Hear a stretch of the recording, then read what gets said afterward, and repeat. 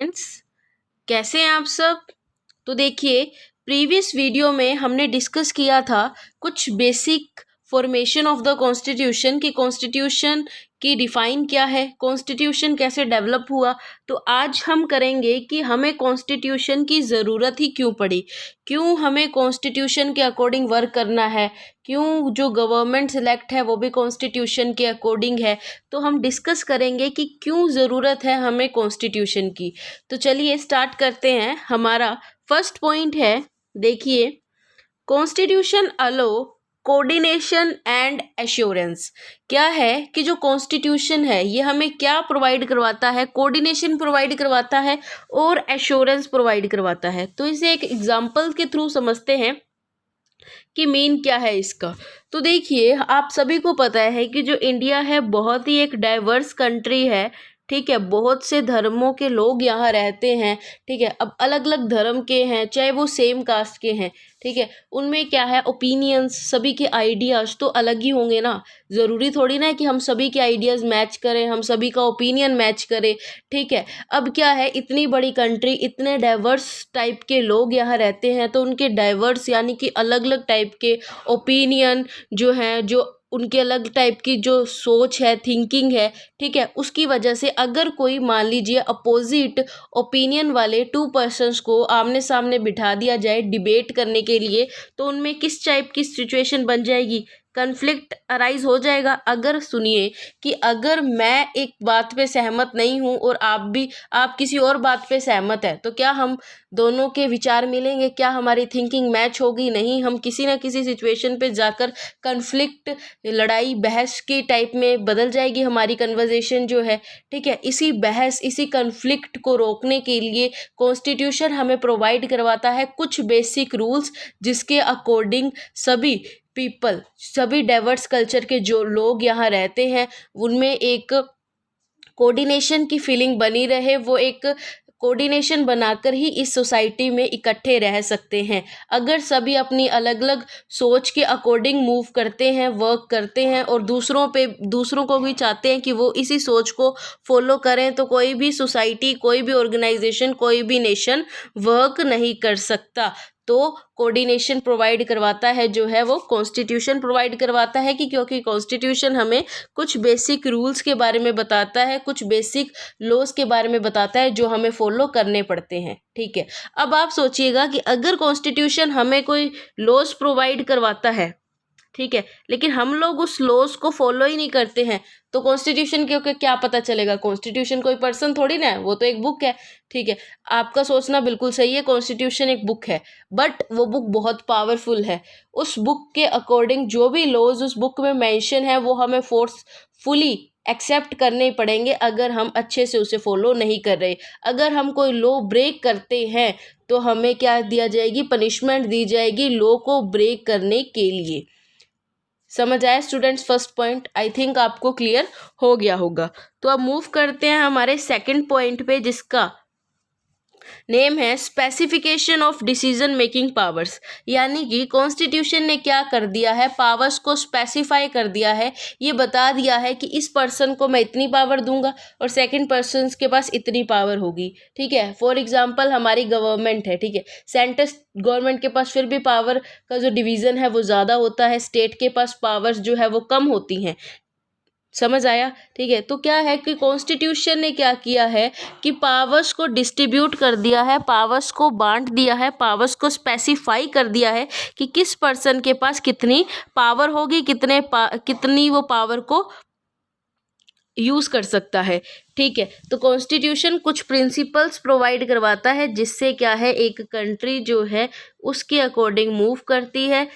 अभी मैंने आपको एक चीज़ बता दी कि सेंटर एंड स्टेट गवर्नमेंट।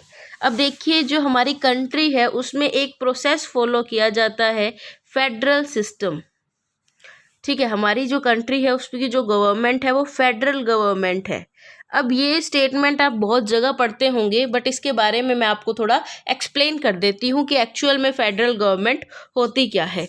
तो देखिए, जब जो गवर्नमेंट का जो पावर सिस्टम है वो सेंटर गवर्नमेंट और स्टेट गवर्नमेंट में जब डिवाइड हो जाता है, उसी टर्म को हम क्या बोलते हैं, फेडरलिज्म बोलते हैं।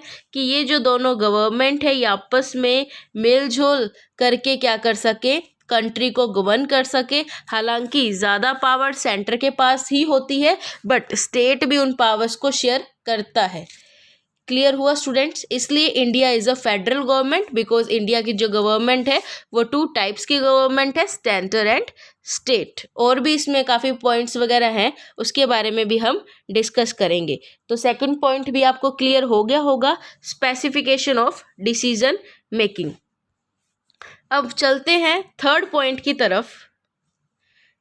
चलिए, एक वो थोड़ा और बेसिक टर्म में जो है सेकंड पॉइंट में आपको करेक्ट करना चाहूँगी और क्लियर करना चाहूँगी कि इसमें क्या है कि जो कॉन्स्टिट्यूशन है, कॉन्स्टिट्यूशन ने जो अपनी पावर है वो किन्हें दे रखी है कि आप लोग डिसीजन ले सकते हैं, तो वो हम लोगों को दे रखी है, आम लोगों को दे रखी है, ऑर्डिनरी पीपल्स को जो है डिसीजन मेकिंग की पावर दे रखी है। अब देखिए, इंडिया एक इतनी बड़ी कंट्री है, इतनी ज़्यादा पॉपुलेशन यहाँ रहती है, ठीक है, तो अब सभी तो अपने डिसीजन नहीं दे सकते ना, तो वो क्या करते हैं, वो मिलकर एक रिप्रेजेंटेटिव चूज करते हैं जो उनके बिहाफ पर डिसीजन लेता है। और ये डिसीजन लिए कहाँ जाते हैं, तो संसद में लिए जाते हैं, यानी कि पार्लियामेंट। तो पार्लियामेंट के पास पावर है कि ये जो लॉज डिसीजंस लोगों के द्वारा उन तक पहुंचाए गए हैं, उनको क्या कर सके, उनको उनकी भलाई के लिए, पीपल्स की वेलफेयर के लिए पार्लियामेंट के द्वारा क्या किया जा सके, इम्प्लीमेंट किया जा सके, आगे बढ़ाया जा सके और एग्जीक्यूट किया जा सके। अब आपको I think second point clear हुआ होगा। नेक्स्ट पॉइंट है students, limitation on the government by the constitution. अब देखिए, हमने सेकंड पॉइंट में तो ये बात कर ली कि क्या है कि जो गवर्नमेंट जो कॉन्स्टिट्यूशन है वो गवर्नमेंट को पावर देता है, स्पेसिफाई कर देता है कि किसके पास कितनी पावर है। लेकिन अब हर पर्सन के पास पावर किस में होनी चाहिए, लिमिटेड अमाउंट में होनी चाहिए। क्योंकि अगर किसी के पास पावर लिमिटेड अमाउंट में नहीं होती, ठीक है, यानी कि वो कोई भी डिसीजन ले हमें मानना पड़ेगा, तो वो क्या हो जाता है, बहुत गलत हो जाता है। क्योंकि वो पर्सन क्या कर सकता है, गलत डिसीजन भी पास कर सकता है। फॉर एग्जाम्पल, एक बहुत ही इंटरेस्टिंग फैक्ट बताती हूँ मैं आपको यहाँ पर कि मलेशिया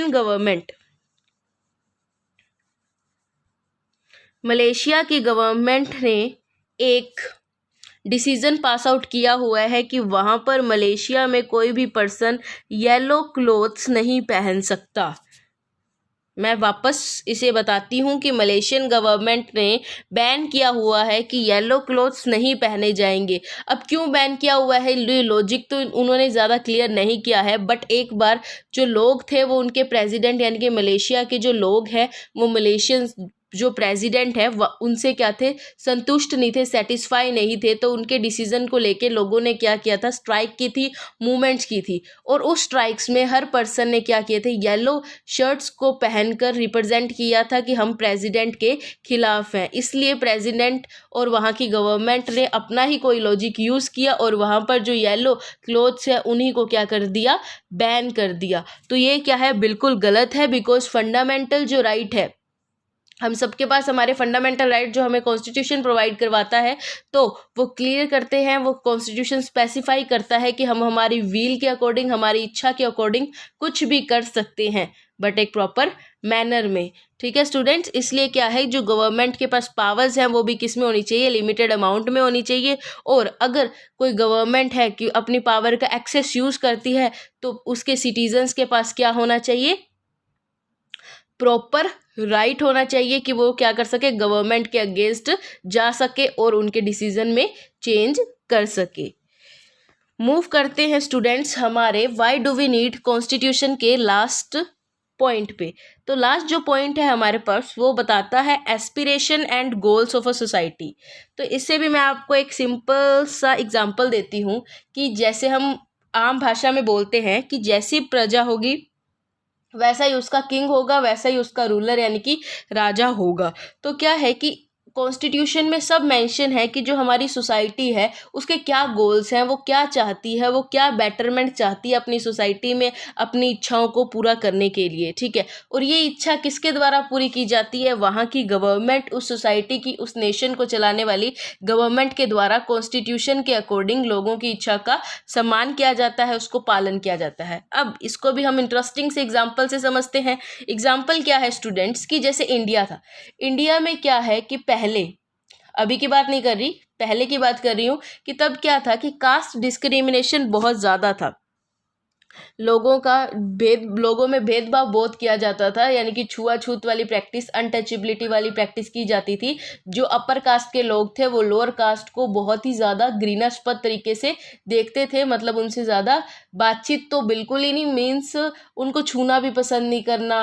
अगर उन्होंने कोई लोअर कास्ट ने कोई सामान टच कर लिया तो अपर कास्ट उसे यूज़ नहीं करेगी। इस टाइप की मेल प्रैक्टिसेस हमारी सोसाइटी में इवॉल्व्ड थी कुछ टाइम पहले, ठीक है। तो अब इस चीज़ को क्या चाहती थी हमारी सोसाइटी? पूरी तरह बंद चाहती थी। लोअर कास्ट वाले लोग भी चाहते थे कि क्या कर सके, हमारे साथ जो ये भेदभाव हो रहा है इसको हम रोक सके, कॉन्स्टिट्यूशन के द्वारा कुछ ऐसा उसमें मेंशन किया जा सके ताकि लोग जो है हमारे साथ भेदभाव ना करें, हमें भी अपने जैसा ही नागरिक समझें, सिटीजन समझें। तो क्या है कि गवर्नमेंट ने काफ़ी प्रोग्राम्स, स्कीम्स लॉन्च की ताकि, और काफ़ी इम्प्रूवमेंट किया कि जो लोग हैं, ये जो कास्ट डिस्क्रिमिनेशन है इसे इंडिया में हमेशा के लिए बंद कर दिया जाए, सभी लोग मिलजुल के रहें, इतने डाइवर्स कल्चर के इस देश में सब लोग कोऑर्डिनेशन के साथ रहें। तो क्या हुआ, इंडियन गवर्नमेंट सक्सेसफुल भी रही। कॉन्स्टिट्यूशन में सब मेंशन है कि किसी भी टाइप का आज के टाइम पे ना कास्ट डिस्क्रिमिनेशन हो सकता है, ना जेंडर इनइक्वालिटी, तो किसी भी टाइप की मेल प्रैक्टिस यहाँ नहीं चल सकती। तो इस टाइप से जो है हमारा कॉन्स्टिट्यूशन बिल्डअप है स्टूडेंट्स। तो आपको क्लियर हुआ होगा कि क्यों हमें कॉन्स्टिट्यूशन की ज़रूरत है। अब देखिए स्टूडेंट्स, आज के लिए इनफ है आई थिंक। इसे आप अच्छे से क्या कीजिएगा, समझिए। एंड आपके लिए जो क्वेश्चन है, जो क्वेश्चन आपको करना है, जो मैं आपको कल की वीडियो में भी एक्सप्लेन कर दूंगी। तो देखिए क्वेश्चन है क्या, basically, who wrote the constitution and presently how many articles, schedules and amendments are there in the constitution. हाँ, हो सकता है आपको इसका आंसर आता होगा, बट फिर भी आप इसे फाइंड कीजिएगा और मैं इसको एक्सप्लेन कर दूंगी कल। तो देखिए कि हमें पता ही होगा आप सभी को कि कॉन्स्टिट्यूशन किन्होंने लिखा है, उनके बारे में भी आपको बताना है, और ये भी बताना है कि कॉन्स्टिट्यूशन में एट प्रेजेंट कितने आर्टिकल्स हैं, कितने शेड्यूल्स हैं एंड कितने अमेंडमेंट्स हैं। हाँ, इन तीनों की जो मीन है ये मैंने आपको क्लियर करूँगी कल की वीडियो में ही। ठीक है students, thank you and have a nice day.